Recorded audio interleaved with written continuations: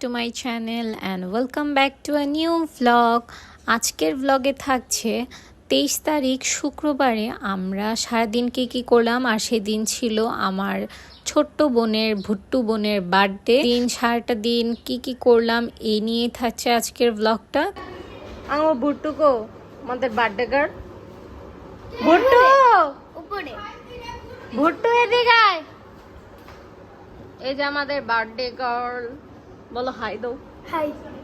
তো এখানে চায়ের প্রিপারেশন হচ্ছিল সকালে। সকাল বলতে তখন প্রায় 12টা থেকে 12:30 বেজে গিয়েছিল, কিন্তু আমরা সবাই মোটামুটি একটু দেরি করে ঘুম থেকে উঠেছি। তো যাই হোক, যত দেরি হোক আমার তো চা না খেলে হয় না। তো আমি চা খেয়ে নিয়েছি একটা ব্রেডের সাথে, আর ভেবেছি ব্রেড যেহেতু এনেছে আমি স্যান্ডউইচ খাই, আর এই স্যান্ডউইচটা আমার খুবই ফেভারিট। তো এর জন্য প্রথমে ডিম সিদ্ধ করে নিয়েছিলাম এবং ডিমটাকে ভেঙে তারপর এখান থেকে কুসুমটা আর সাদা অংশটাকে কুচি কুচি করে কেটে নিয়েছিলাম সেপারেট করে।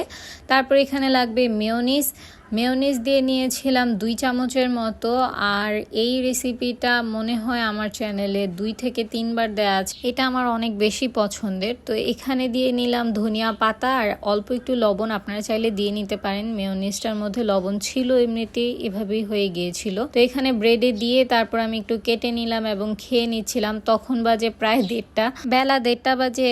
সকালের নাস্তা করে তারপর আমি স্নান টান করে নিয়েছি এবং এরপর ওদেরকে একটু সাজিয়ে গুজিয়ে উপরে নিয়ে গিয়েছিলাম ছাদে। আর ছাদে তখন ওয়েদারটাও খুব ভালো লাগছিল। তো তারপর 4:30টার দিকে আমরা মামিদের ঘরে চলে আসি। আর দুপুরে লাঞ্চে ছিল ভাত, মাছ ভাজি, লোনা ইলিশ এবং আরো অনেক কিছু, ওগুলো ভিডিও করতে আমি ভুলে গিয়েছি। তারপর এখানে একদম একটু আমরা খেয়ে দিয়ে ঘুম দিয়েছিলাম এবং সন্ধ্যাবেলায় উঠে, অনেকদিন যাবত গান ওরা প্র্যাকটিস করে না তো পরীক্ষার কারণে, আর তখন প্র্যাকটিস করে নিয়েছিল এবং আমিও একটু প্র্যাকটিসে বসে গিয়েছিলাম। তারপর ভুট্টুকে আমি একটু সাজিয়ে দিলাম এবং এরপর আমি চলে গেলাম মামিদের ঘরে গিয়ে আমি একটু ডেকোরেশনের কাজটা করছিলাম। খুবই সিম্পলভাবে করব ভেবেছি। আর ভুট্টু ছোট থেকেই মানে এই ঘরটার অবস্থা খুবই বাজে করে দিয়েছে, যার কারণে সব ঘরে এরকম আঁকিবুকি আছেই দেয়ালে।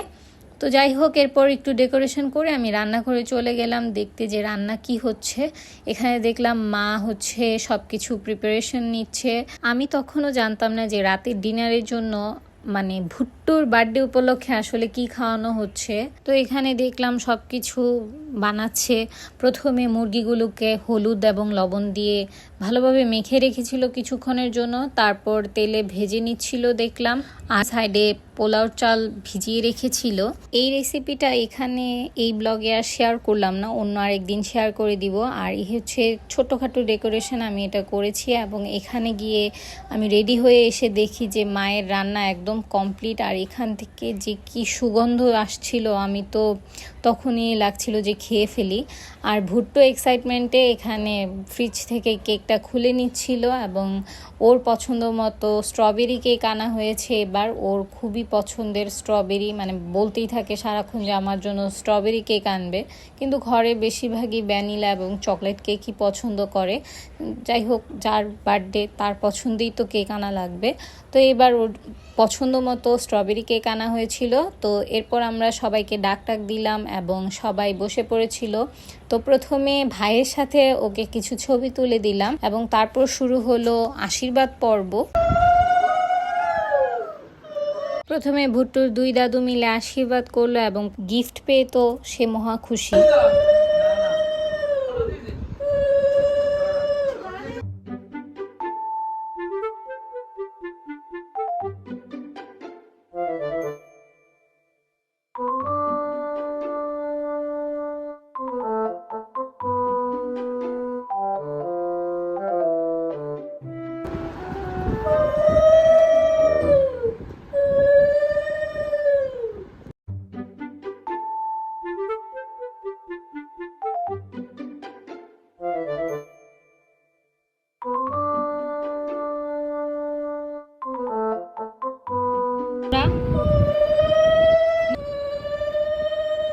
এখানে প্রথমে কেউই খেয়াল করতে পারেনি যে ভুট্টুকে যে সবাই আশীর্বাদ করছে এবং সবাই মিলে গিফট দিচ্ছে, এতে করে গুড়িয়ার মন খারাপ হচ্ছে। ও বাচ্চা মানুষ, তার জন্যই হচ্ছিল। তার জন্য এই দাদু প্রথমে শুরু করেছে গুড়িয়াকে গিফট দেওয়া এবং আশীর্বাদ করা। তারপরে তার দেখা দেখি বাকি সবাই গুড়িয়াকেও আশীর্বাদ করে তারপর গিফট দিচ্ছিল এবং গুড়িয়া তো মহা খুশি। এখন বাচ্চা মানুষদের আসলে এরকমই, কিছু একটা অন্য কাউকে দিলে তার মন খারাপ হবেই।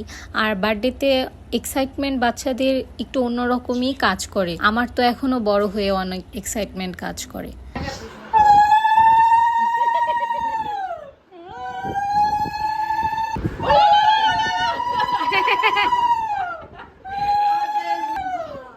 ছোট মামি মানে গুড়িয়ার মা যে গুড়িয়াকে কোনো গিফট দেয়নি, এর জন্য আবার মন খারাপ করে ফেলেছে। তো এই কারণে আমরা সবাই হাসাহাসি করছিলাম।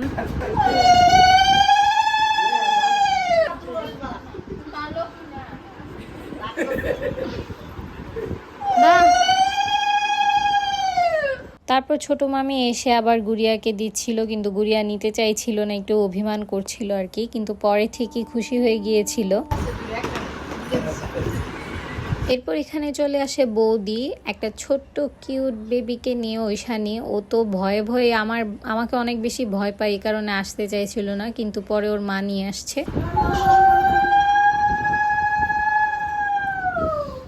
এরপর চলে এলো আমার পালা।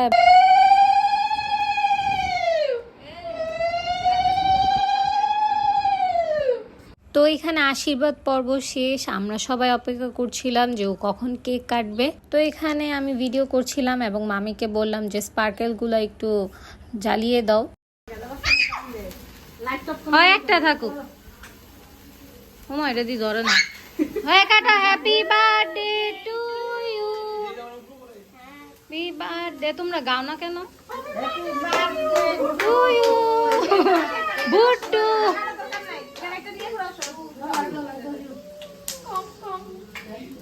তো এখানে কেক কাট করার পর কেক সবাইকে খাইয়ে দিচ্ছিল ভুট্টু। প্রথমে গুড়িয়াকে দিয়ে শুরু করে এবং উঠে উঠে বাকি সবাইকে খাইয়ে দেয়। এই সময়ই মামি ওখানে থেকে তারপর কেকগুলো সব কাট করে নিচ্ছিল সবাইকে দিবে বলে। তো আমি খেতে চাইনি, কিন্তু বলল যে কেকটা খেয়ে নাও এখন।